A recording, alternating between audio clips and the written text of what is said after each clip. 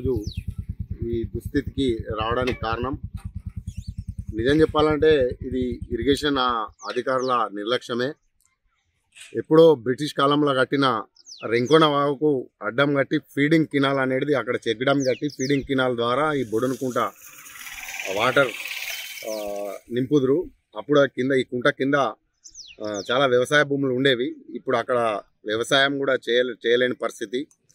ఈరోజు శాంతినగర్ ఊరు నడి ఒడ్డున ఉన్న ఈ కుంట పరిష్కారం దొరకాలంటే ఒకటే, దీనికి వాటర్ రావాలంటే సరస్వతి కినాల్ వాటర్ రెంకోన వాగుల తీసుకొచ్చి రెంకోన వాగు నుండి ఫీడింగ్ ఛానల్ ద్వారా ఈ వాటర్ నింపితే ఆ ఫ్రెష్ వాటర్ వచ్చి ఈ మురుగు వాటర్ అనేది బయటకు వెళ్ళిపోతుంది. అప్పుడు ఈ ఏరియా కానీ విద్యానగర్ కానీ శాంతినగర్ కానీ అక్కడ శివాజీనగర్ దాకా సుగా గ్రౌండ్ లెవెల్ వాటర్ ఉంటాయి. తాగడానికి కానీ బోర్లకు కానీ అన్ని గ్రౌండ్ లెవెల్ వాటర్స్ ఉంటాయి.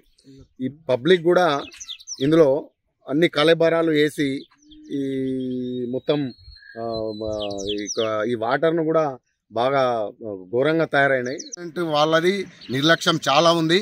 ఇది ఆల్రెడీ సరస్వతి కినాల్ కిందనే వస్తుంది.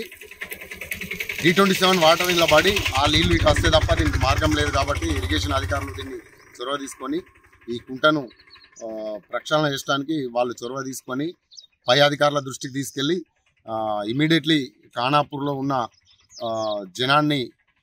జనానికి మంచి చేయాలని కోరుకుంటున్నాం.